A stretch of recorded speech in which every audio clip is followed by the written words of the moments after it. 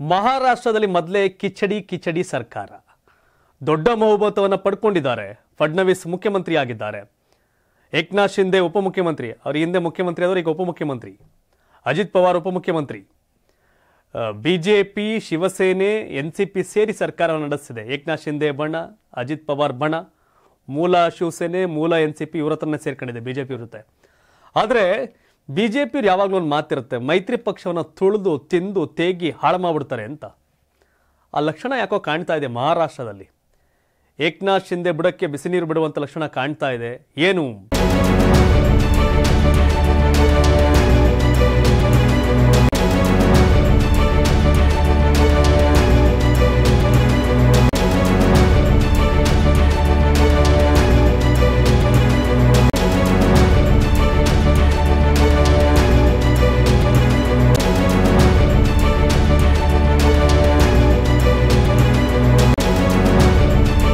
ಫಡ್ನವೀಸ್ ಠಾಕ್ರೆ ಭೇಟಿಯಲ್ಲಿ ಅಡಗಿದೆ ದೊಡ್ಡ ರಾಜಕೀಯ ಲೆಕ್ಕಾಚಾರ.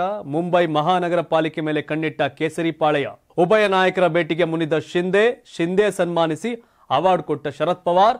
ಮಹಾರಾಷ್ಟ್ರದಲ್ಲಿ ಉಂಟಾಯಿತು ರಾಜಕೀಯ ಸಂಚಲನ. ಪ್ರಮೋದ್ ಮತ್ತು ಪೃಥ್ವಿ ಅಂಬರ್ ಅಭಿನಯಿಸಿರುವ ಎಂ ಮುನೇಗೌಡ ನಿರ್ಮಾಣದ ಗಿರೀಶ್ ಮೂಲಿಮನಿ ನಿರ್ದೇಶನದ ಭುವನಂ ಗಗನಂ ಚಿತ್ರ ಫೆಬ್ರವರಿ 14ಕ್ಕೆ ರಾಜ್ಯಾದ್ಯಂತ ಬಿಡುಗಡೆಯಾಗುತ್ತಿದೆ. ಇತ್ತೀಚೆಗೆ ಮಹಾರಾಷ್ಟ್ರದ ವಿಧಾನಸಭೆ ಚುನಾವಣೆ ನಡೆಯಿತು. ಬಿಜೆಪಿ ನೇತೃತ್ವದ ಮಹಾಯುತಿ ಸರ್ಕಾರ ಅಧಿಕಾರಕ್ಕೆ ಬಂದು ದೇವೇಂದ್ರ ಫಡ್ನವೀಸ್ ಮುಖ್ಯಮಂತ್ರಿಯಾಗಿದ್ದಾರೆ.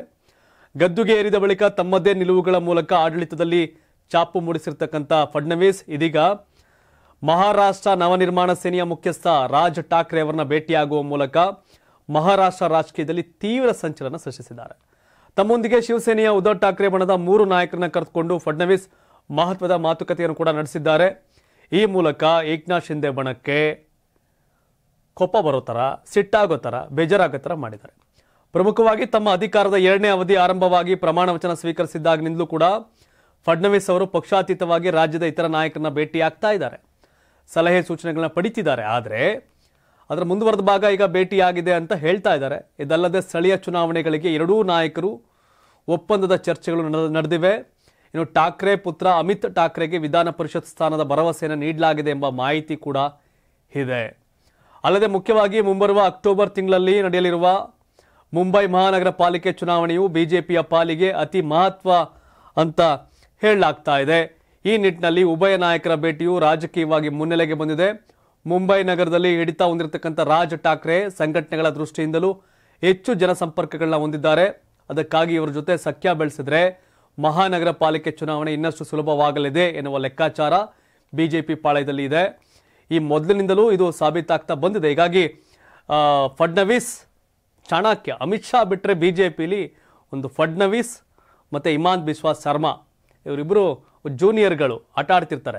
ಫಡ್ನವೀಸ್ ಏನೋ ಮಾಡೋಕೆ ಹೊರಟಂಗೆ ಕಾಣ್ತಿದೆ. ಇನ್ನು ಮುಖ್ಯವಾಗಿ ರಾಜ್ ಠಾಕ್ರೆ ಹಿಂದೆ ಲೋಕಸಭಾ ಚುನಾವಣೆ ಹೊರತುಪಡಿಸಿ ಅವಕಾಶ ಸಿಕ್ಕಾಗಲಿಲ್ಲ. ಬಿಜೆಪಿ ಹಾಗೂ ಕೇಂದ್ರ ಸರ್ಕಾರದ ವಿರುದ್ಧ ಟೀಕಾ ಪ್ರಹಾರ ನಡೆಸ್ತಾ ಬಂದಿದ್ರು. ಅಲ್ಲದೆ ಕಳೆದ ವಿಧಾನಸಭೆ ಚುನಾವಣೆಯಲ್ಲಿ ಬಿಜೆಪಿ ಗೆಲುವು ಸಾಧಿಸಿರುವ ವಿಚಾರದಲ್ಲಿ, ಇವಿಎಂ ವಿಚಾರದಲ್ಲಿ ಇದೇ ಬಿಜೆಪಿ ವಿರುದ್ಧ ರಾಜ್ ಠಾಕ್ರೆ ವಾಗ್ದಾಳಿ ಮಾಡಿದ್ರು. ಆದರೆ ಇದನ್ನೆಲ್ಲ ಮೀರಿಯೂ ಇದೀಗ ಫಡ್ನವೀಸ್ ಭೇಟಿಯು ಕುತೂಹಲಕ್ಕೆ ಕಾರಣ ಆಗಿದೆ. ಇನ್ನು ಈ ಭೇಟಿಯ ವಿಚಾರಕ್ಕೆ ಪ್ರತಿಕ್ರಿಯೆ ನೀಡಿರ್ತಕ್ಕಂಥ ದೇವೇಂದ್ರ ಫಡ್ನವೀಸ್, ನಮ್ಮ ಹಾಗೂ ರಾಜ್ ಠಾಕ್ರೆ ನಡುವೆ ರಾಜಕೀಯವನ್ನು ಮೀರಿರ್ತಕ್ಕಂಥ ಸಂಬಂಧ ಇದೆ.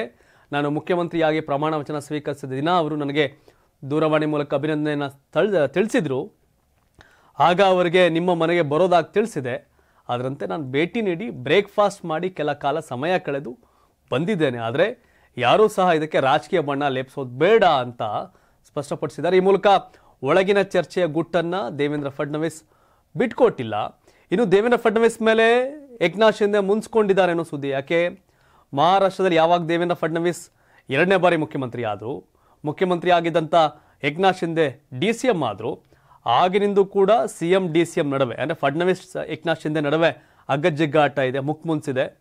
ಆರಂಭದಿಂದಲೂ 2ನೇ ಅವಧಿಗೆ ಶಿಂದೆ ಮುಖ್ಯಮಂತ್ರಿ ಆಗ್ತಾರೆ ಅಂತ ಹೇಳಲಾಗ್ತಿತ್ತು. ಆದರೆ ಕೊನೆಯ ಗಳಿಗೆಯಲ್ಲಿ ಆಟವಾಡಿದ್ದ ಬಿಜೆಪಿ ಹೈಕಮಾಂಡ್ ಏಕನಾಥ್ ಶಿಂದೆಗೆ CM ಪಟ್ಟ ತಪ್ಪುವಂತೆ ಮಾಡಿತ್ತು. ಅಲ್ಲದೆ ಈ ಜಾಗಕ್ಕೆ ತಮ್ಮ ನಿಷ್ಠ ಫಡ್ನವೀಸ್ ಅವರನ್ನ ತಂದು ಬಿಜೆಪಿ ನಾಯಕರು ಕೂರಿಸಿದ್ರು. ನಿಷ್ಠಕ್ಕೆ ಮುನಿಸು ಕರಗಿಸಿಕೊಳ್ಳದ ಕಡಿಮೆ ಆಗಿರಲಿಲ್ಲ. ತಾವು ಬಯಸಿದಂಥ ಖಾತೆ ಕೂಡ ಕೊಡಲಿಲ್ಲ ಏಕನಾಥ್ ಶಿಂದೆ ಅವರಿಗೆ. ಇದು ಕೂಡ ಬೇಜಾರಿತ್ತು. ಇದೇ ಕಾರಣಕ್ಕೆ ಸರ್ಕಾರದ ವಿರುದ್ಧ ತಮ್ಮ ಮೌನದಿಂದಲೇ ಏಕನಾಥ್ ಶಿಂದೆ ಕೋಪವನ್ನು ತೋರಿಸ್ತಾ ಇದ್ದಾರೆ. ಇತ್ತೀಚೆಗೆ ನಡೆದಂಥ 2 ಸಂಪುಟ ಸಭೆಗಳಲ್ಲೂ ಏಕನಾಥ್ ಶಿಂದೆ ಭಾಗಿಯಾಗಿರಲಿಲ್ಲ. ಈ ಎಲ್ಲ ಬೆಳವಣಿಗೆಗಳ ನಡುವೆ ಫಡ್ನವೀಸ್ ರಾಜ್ ಠಾಕ್ರೆ ಅವರನ್ನ ಭೇಟಿಯಾಗಿರೋದು, ಅದರಲ್ಲೂ ಉದ್ಧವ್ ಬಣದ ನಾಯಕರೊಂದಿಗೆ ಭೇಟಿಯಾಗಿದ್ದಾರೆ ಅನ್ನೋದು ಶಿಂದೆ ಬಣವನ್ನು ಮತ್ತಷ್ಟು ಕೆರಳಿಸಿದೆ. ಇಷ್ಟೇ ಅಲ್ಲದೆ ಏಕನಾಥ್ ಶಿಂದೆ ವಿಚಾರದಲ್ಲಿ ಜಾಣ ನಡೆಯನ್ನು ಫಡ್ನವೀಸ್ ಅನುಸರಿಸ್ತಾ ಇದ್ದಾರೆ. ಶಿಂದೆ ಜೊತೆಗಿನ ಸದ್ಯದ ಈ ಸ್ಥಿತಿ ಯಾವುದೇ ಸಂದರ್ಭದಲ್ಲಿಯೂ ರಾಜ್ಯದಲ್ಲಿ ಕ್ಷಿಪ್ರ ರಾಜಕೀಯ ಬೆಳವಣಿಗೆಗೆ ಕಾರಣ ಆಗ್ಬೋದು ಅನ್ನೋ ಕಾರಣಕ್ಕೆ ಮೈತ್ರಿಗೆ ತೊಡಕುಂಟಾದರೆ, ಅನಿವಾರ್ಯವಾದರೆ ಉದ್ಧವ್ ಬಣದ ಶಾಸಕರಿಗೆ ಗಾಳ ಹಾಕೋದ್ರ ಜೊತೆಗೆ ರಾಜ್ ಠಾಕ್ರೆಗೂ ಸಂಭಾವ್ಯ ಮೈತ್ರಿಯನ್ನ ಮಾಡಿಕೊಳ್ಳುತ್ತೇವೆ ಎಂಬ ಸಂದೇಶವನ್ನ ಏಕನಾಥ್ ಶಿಂದೆಗೆ ರವಾನೆ ಮಾಡೋದಕ್ಕಾಗಿ ಫಡ್ನವೀಸ್ ಈ ಎಲ್ಲಾ ಚಟುವಟಿಕೆಗಳನ್ನ ಮುಂದುವರಿಸಿದ್ದಾರೆ ಅನ್ನೋ ಮಾತುಗಳು ಕೂಡ ರಾಜಕೀಯ ಪರ್ಸಾಲೆಯಲ್ಲಿ ಜೋರಾಗಿ ಚರ್ಚೆ ಆಗ್ತಾ ಇದೆ. ಇನ್ನು ಶಿಂದೆಗೆ ಪವಾರ್ ಸನ್ಮಾನ ಮಾಡಿದ್ದಾರೆ. ಇದು ಅಗಾಡಿಯಲ್ಲಿ ಬಿಕ್ಕಟ್ಟಿಗೆ ಕಾರಣ ಆಗಿದೆ. ಹೌದು, ಬಿಜೆಪಿ ಹಾಗೂ ಶಿವಸೇನೆ ಶೀತಲ ಸಮರ ಒಂದೆಡೆ ಆದರೆ ಇನ್ನು ಶರದ್ ಪವಾರ್ ಅವರು ಉದ್ಧವ್ ಠಾಕ್ರೆ ನಡುವೆ ಮತ್ತೊಂದು ಕೋಲ್ಡ್ ವಾರ್ ಮುಂದುವರೆದಿದೆ. ರಾಷ್ಟ್ರ ರಾಜಧಾನಿಯಲ್ಲಿ ನಡೆದಂಥ ಕಾರ್ಯಕ್ರಮವೊಂದರಲ್ಲಿ ಮಹಾರಾಷ್ಟ್ರ ಉಪಮುಖ್ಯಮಂತ್ರಿ ಏಕನಾಥ್ ಶಿಂದೆ ಅವರನ್ನ ಎನ್ಸಿಪಿ ನಾಯಕ ಶರದ್ ಪವಾರ್ ಸನ್ಮಾನಿಸಿ ಪ್ರಶಸ್ತಿ ನೀಡಿರೋದು ಇದೀಗ ಶಿವಸೇನೆ ಉದ್ಧವ್ ಠಾಕ್ರೆ ಬಣಕ್ಕೆ ಅಸಮಾಧಾನ ಕಾರಣ ಆಗಿದೆ.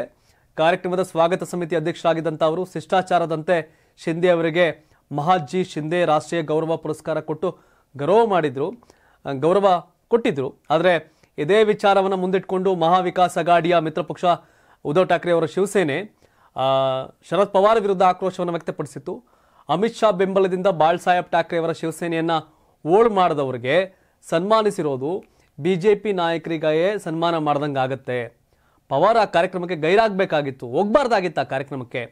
ರಾಜಕೀಯದಲ್ಲಿ ಕೆಲವು ವಿಚಾರಗಳಿಂದ ದೂರ ಇರಬೇಕು, ಅಲ್ಲದೆ ನಮಗೆ ದೆಹಲಿ ರಾಜಕೀಯ ತಿಳಿಯೋದಿಲ್ಲ, ಆದರೆ ರಾಜಕೀಯ ಅರ್ಥ ಮಾಡಿಕೊಳ್ಳೆ ಬಲ್ಲೆವು ಅಂತ ಶಿವಸೇನೆಯ ಸಂಜಯ್ ರಾವತ್ ಅಸಮಾಧಾನವನ್ನು ವ್ಯಕ್ತಪಡಿಸಿದ್ರು. ಅಲ್ಲದೆ ಇದೇ ವಿಚಾರಕ್ಕೆ ತೀಕ್ಷ್ಣವಾಗಿ ಪ್ರತಿಕ್ರಿಯೆಯನ್ನು ಕೊಟ್ಟಿದ್ರು ಎನ್ಸಿಪಿ ನಾಯಕ ಅಮೋಲ್ ಕೋಲೆ ಅವರು. ಸಂಜಯ್ ರಾವತ್ ತಮ್ಮ ವಿಚಾರ ಹೇಳ್ಕೊಂಡಿದ್ದಾರೆ, ಆದರೆ ಎಲ್ಲದರಲ್ಲೂ ಪಕ್ಷಗಳು ರಾಜಕೀಯವನ್ನು ತರಬಾರ್ದು, ಎಲ್ಲದರಲ್ಲೂ ಪಾಲಿಟಿಕ್ಸ್ ಮಾಡಬಾರ್ದು ಅಂತ ಮಾತನಾಡಿದರು. ಇನ್ನು ಇದೇ ವಿಚಾರವಾಗಿ ಮಹಾರಾಷ್ಟ್ರ ಬಿಜೆಪಿ ರಾಜ್ಯಾಧ್ಯಕ್ಷ ಚಂದ್ರಶೇಖರ್ ಬಾವನ್ಕುಳೆ ಈ ಹಿಂದೆ ಉದ್ಧವ್ ಠಾಕ್ರೆ ಮುಖ್ಯಮಂತ್ರಿ ಆಗಿದ್ದಾಗ ವೇಳೆಗಿಂತಲೂ ಏಕನಾಥ್ ಶಿಂದೆ ಸಿಎಂ ಆಗಿದ್ದಾಗ ಉತ್ತಮ ಕಾರ್ಯ ಮಾಡಿದ್ದಾರೆ ಅಂತ ಪವಾರ್ ಮೆಚ್ಚಿದಂತಿದೆ ಅನ್ನೋದನ್ನ ನಾವು ಆ ಸನ್ಮಾನವನ್ನು ನೋಡಿದಾಗ ಗೊತ್ತಾಗುತ್ತೆ ಅಂತ ಕಾಲೆಳೆದಿದ್ರು. ಈ ಮೂಲಕ ಮಹಾರಾಷ್ಟ್ರದ 3 ಪಕ್ಷಗಳ ಕಿಚಡಿ ಸರ್ಕಾರದಲ್ಲಿ ಮತ್ತಷ್ಟು ಮಗದಷ್ಟು ಅಧ್ವಾನ ಆಗೋ ಲಕ್ಷಣ ಇದೆ. ಸರ್ಕಾರ ಬೀಳಲ್ಲ, ಯಾಕಂದರೆ ಬಿಜೆಪಿಗೆ ಒಳ್ಳೆ ನಂಬರ್ ಇದೆ. ಹಾಗಾಗಿ ಬಿಜೆಪಿ ಮುಖ್ಯಮಂತ್ರಿಯಾಗಿ 5 ವರ್ಷ ಫಡ್ನವೀಸ್ ಮುಂದುವರಿತಾರೆ. ಫಡ್ನವೀಸ್ ದೊಡ್ಡ ನಂಬರ್ನ ಪಡ್ಕೊಂಡಿದ್ದಾರೆ, ಒಂದು 10-15 ಸ್ಥಾನ ಸಾಕು, ಇಂಡಿಪೆಂಡೆಂಟೇ ಇದ್ದಾರೆ ಅವ್ರಿಗೆ. ಆದರೆ ಬುದ್ಧಿವಂತ ಫಡ್ನವೀಸ್ ಭವಿಷ್ಯದಲ್ಲಿ ಯೋಗಿ ನಂತರ ಹಿಮಾಂತ ಬಿಶ್ವಾ ಶರ್ಮಾ, ಫಡ್ನವೀಸ್ ಇವರೆಲ್ಲರೂ ಕೂಡ PM ಸಾಲಲ್ಲಿರೋರೆ, ಯೋಗ್ಯರೇ. ಹಾಗಾಗಿ ಫಡ್ನವೀಸ್ ಅಮಿತ್ ಶಾ ನಂತರ ಚಾಣಕ್ಯ ಅಂದರೆ ತಪ್ಪಾಗಲ್ಲ ಬಿಜೆಪಿಲಿ. ಎಸ್, ಇದಿಷ್ಟು ಮಹಾರಾಷ್ಟ್ರ ರಾಜಕಾರಣದ ಲೆಕ್ಕಾಚಾರ. ತಾವೇನು ಹೇಳ್ತೀರಿ ಫಡ್ನವೀಸ್ ನಡೆ ಬಗ್ಗೆ? ಕಾಮೆಂಟ್ ಮಾಡಿ ತಿಳಿಸಿ. ಧನ್ಯವಾದ. ಇದು ಕರ್ನಾಟಕ ಟಿವಿ, ಕನ್ನಡಿಗರ ಧ್ವನಿ.